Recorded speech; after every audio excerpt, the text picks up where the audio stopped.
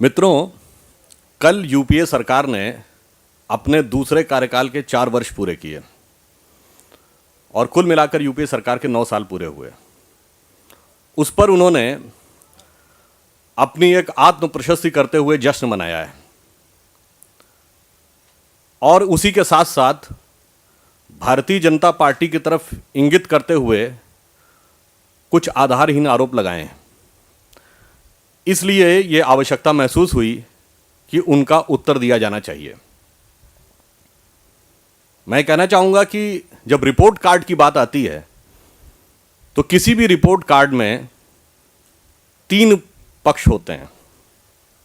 एक होती हैं फिगर्स, दूसरा होता है फैक्ट्स और तीसरे होते हैं कुछ कमेंट्स। तो मैं इन तीनों पक्षों पर सूक्ष्म में आपको इस सरकार के विषय में कुछ बताना चाहूंगा।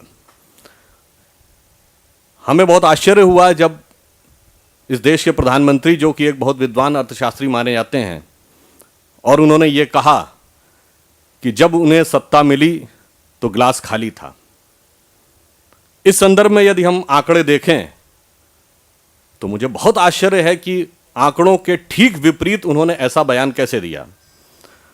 2004 में जब हमारी सरकार गई थी, हम सभी को पता है कि उस समय विकास की दर 8.3 या 8.4% थी।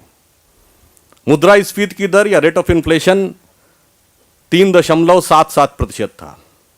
आज विकास की दर 5% के आसपास आ गई है और मुद्रास्फीति की दर कम होने के बाद भी 7-7.5% पे है। ये फिगर्स या ये आंकड़े स्वयं इस बात को बता रहे हैं। उस समय इस समय इस सरकार का जो डेफिसिट है, फिस्कल डेफिसिट, वो 5.9% है, जो कि 1991 के स्तर पे है। इसके अतिरिक्त एक और बहुत बड़ा विषय है जो कि आम जनता से जुड़ा हुआ, वो आंकड़ा देना चाहूंगा। खुद प्लानिंग कमीशन ने अपने नेशनल सैंपल सर्वे के जो आंकड़े प्रस्तुत किए हैं 2009 और 10 में, उसमें उन्होंने लिखा है कि 1999 से 2004 के बीच में 60.7 मिलियन रोजगार सृजित हुए थे और 2004 से 2009 के बीच में केवल 27,20,000 रोजगार सृजित हुए हैं। इतना ही नहीं, उसमें यह भी उल्लिखित है कि जो कोर सेक्टर्स हैं, एग्रीकल्चर और मैन्युफैक्चरिंग, उसमें निगेटिव ग्रोथ हुई है। तो मेरा कहने का तात्पर्य यह है कि ये आंकड़े स्वयं इस बात की गवाही देते हैं कि जो प्रधानमंत्री जी ने कहा वो क्या सत्य है। सबको पता है कि जब हम हटे तो उस समय हम करंट अकाउंट सरप्लस थे और आज करंट अकाउंट डेफिसिट हैं। उस समय पूरी दुनिया में चर्चा होती थी, India is a success story. आज कहा जाता है the success story of India is over. तो भारतीय जनता पार्टी का यह मानना है कि गिलास खाली नहीं था बल्कि लबालब भरा हुआ था और आज जो आपको आधा गिलास दिखाई पड़ रहा है वो हमारी उसी कमाई का अवशेष है जिसे आप भ्रामक रूप में देश की जनता के सामने रखना चाहते हैं। अब इसके बाद दूसरा पक्ष आता है फैक्ट्स। आज जो भी विकास के दावे ये यूपीए सरकार कर रही है, उसमें सबसे बड़ा कंट्रीब्यूशन या योगदान यदि है तो भारतीय जनता पार्टी और एनडीए शासित राज्यों का है। हमारी सरकारें जहां भी रही हैं, ज़्यादातर सरकारों ने लगातार 10% से ऊपर की ग्रोथ रेट बनाकर रखी है। केवल 2 फैक्ट मैं आपके सामने रखना चाहूंगा कि आज इस वर्ष भारत के खाद्यान्न पूल में सबसे बड़ा कंट्रीब्यूशन जिस राज्य ने किया है वो मध्य प्रदेश है और दूसरे नंबर पर पंजाब है। पूरे भारत में यदि एकमात्र राज्य है जिसने कि 90% जनता को खाद्य सुरक्षा से कवर कर दिया है, वह छत्तीसगढ़ है। गुजरात के विकास के बारे में तो देश ही नहीं बल्कि अंतर्राष्ट्रीय स्तर पर अनेक मंचों पर जितनी प्रशंसा की जा चुकी है वो देश की जनता के सामने है। पूरे देश में भूजल का स्तर कम हो रहा है और गुजरात एकमात्र राज्य है जहां पर कि भूजल का स्तर बढ़ा है। तो कहने का तात्पर्य यह है कि ये फिगर्स और फैक्ट्स दोनों कुछ और गवाही दे रहे हैं। तीसरी चीज आती है कमेंट्स। तो मैं सिर्फ इतना ही कहना चाहूंगा कि हाल ही में कोलगेट के मैटर के ऊपर सीबीआई के हलफनामे पर सर्वोच्च न्यायालय ने जो टिप्पणी दी है, वही टिप्पणी इस पूरे सरकार के रिपोर्ट कार्ड के ऊपर एक फाइनल डिसाइसिव कमेंट माना जा सकता है। इसके अतिरिक्त एक और अन्य विषय है जिसके के बारे में हमारे ऊपर आरोप लगाया गया कि हमने खाद्य सुरक्षा कानून को पारित नहीं होने दिया, या हमने भूमि अधिग्रहण विधेयक को पारित नहीं होने दिया।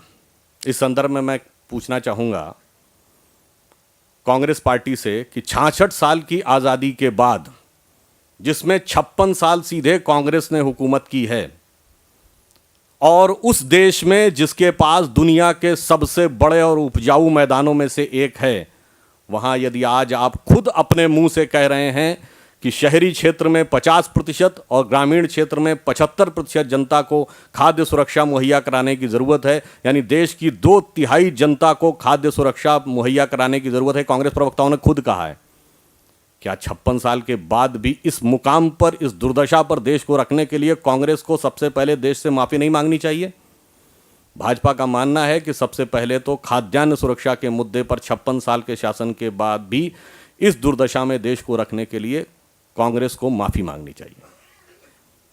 दूसरा बिंदु यह है कि हम खाद्य सुरक्षा विधेयक को लाने के पूरी तरीके से पक्ष में हैं, कुछ संशोधनों के साथ।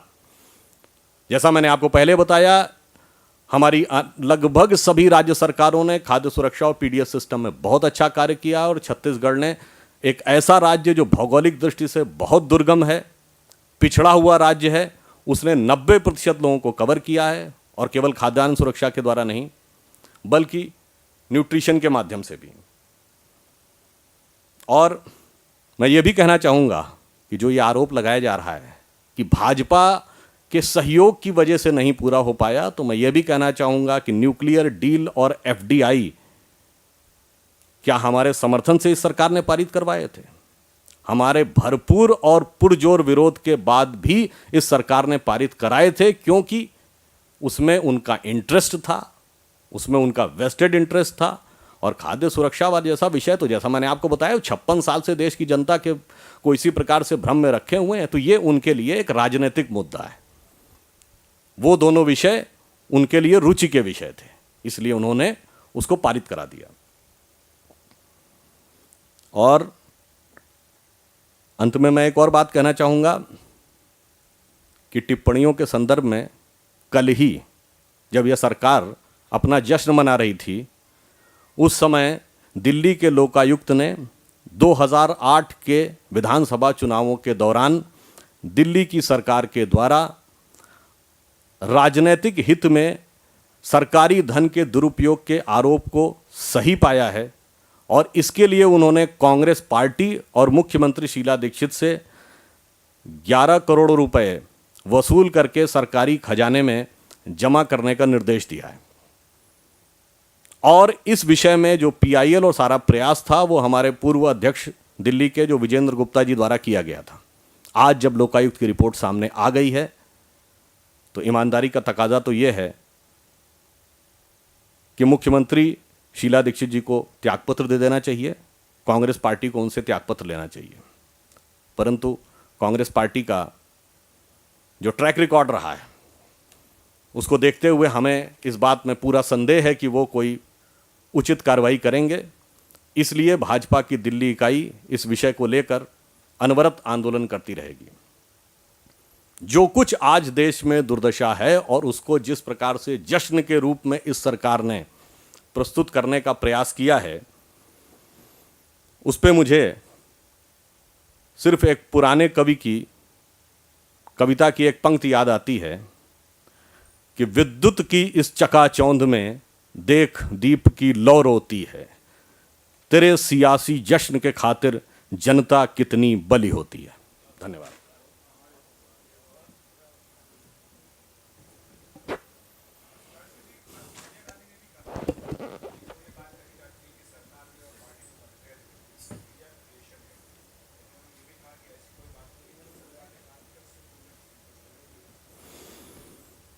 कांग्रेस के अंदर सरकार या पार्टी का मतभेद उनका अंदरूनी मामला है, उन पर हम कोई टिप्पणी नहीं करना चाहेंगे। आनंद।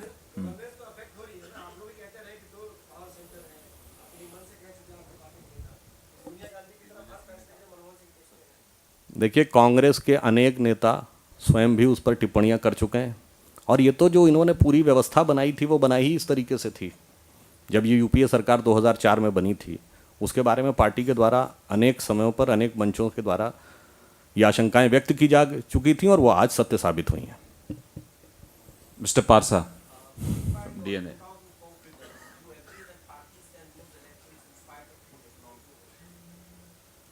Here the issue was what was the actual and factual position at the time of 2004. The winning and losing election was a separate issue. In 2004 we were just 7 or 8 seats behind the Congress, and that was a question of alliance. That is a different issue. Mister Kamlesh.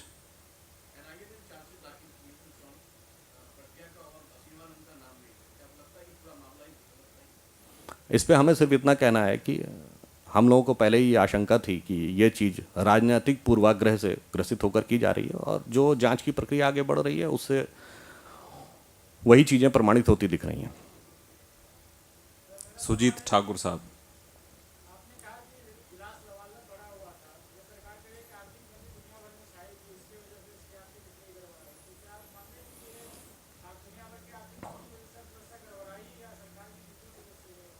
देखिए, ये जो इन्होंने प्रश्न किया, कांग्रेस द्वारा अपने बचाव में कई बार ये कहा जाता है कि हमारी सरकार यानी कांग्रेस की सरकार के समय में आर्थिक मंदी और हमारी सरकार के समय में ऐसा कुछ नहीं था। तो मैं याद दिलाना चाहता हूं कि जब एनडीए की सरकार थी तो अंतर्राष्ट्रीय स्थितियां हमारे लिए इससे अधिक जटिल थीं।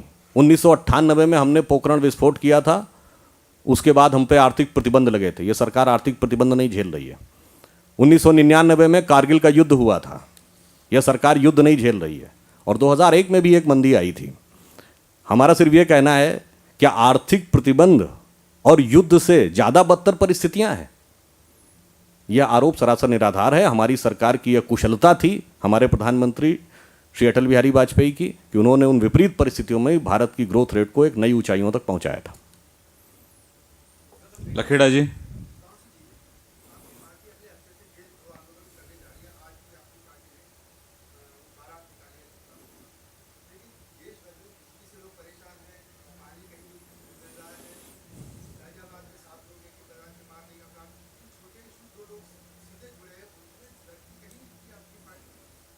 नहीं, बिजली को भी लेकर हमारी दिल्ली की इकाई आंदोलन कर रही है, और जितने भी लोकल इश्यूज हैं उनको लेकर हमारे जितनी भी प्रदेश की इकाइयां हैं वो आंदोलन कर रही हैं।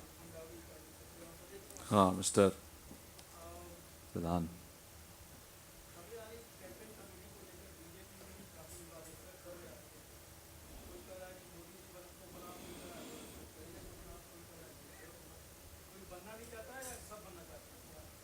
चुनाव के लिए जो भी व्यवस्थाएं बनेंगी, उचित समय पर उन सभी व्यवस्थाओं से आपको अवगत करा दिया जाएगा।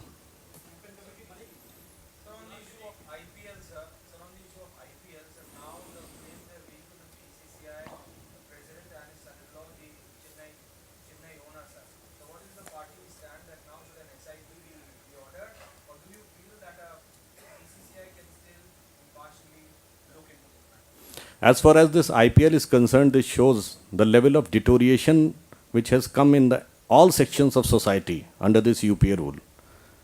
As far as the specific event of IPL concerned, we think that the government of India and BCCI should take effective measures to prevent these type of things in future. Mister Anand. जो मुझे कहना था मैंने कह दिया है। Mister Majumdar.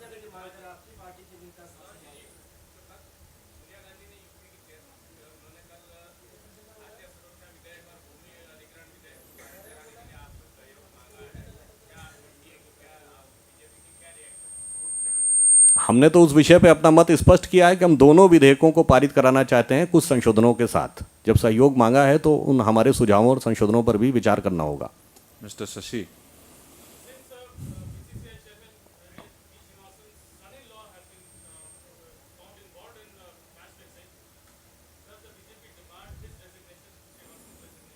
इन सारे विषयों पर बीसीसीआई और गवर्नमेंट ऑफ इंडिया को इन्वेस्टिगेशन करना चाहिए और अपने अप्रोप्रिएट कार्रवाई करनी चाहिए।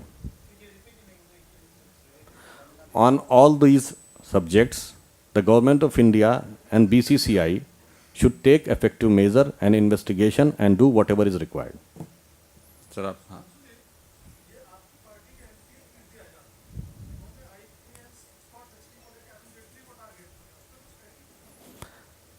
आईपीएल और बीसीसीआई पे जितना बोलना था 3-4 विषय पे बोल चुका हूँ। मैंने फिर कहा कि इस सारे विषय के ऊपर भारत सरकार और बीसीसीआई को जांच करनी चाहिए और उपयुक्त और प्रभावी कार्रवाई करनी चाहिए। बहुत बहुत धन्यवाद। Thank you very much.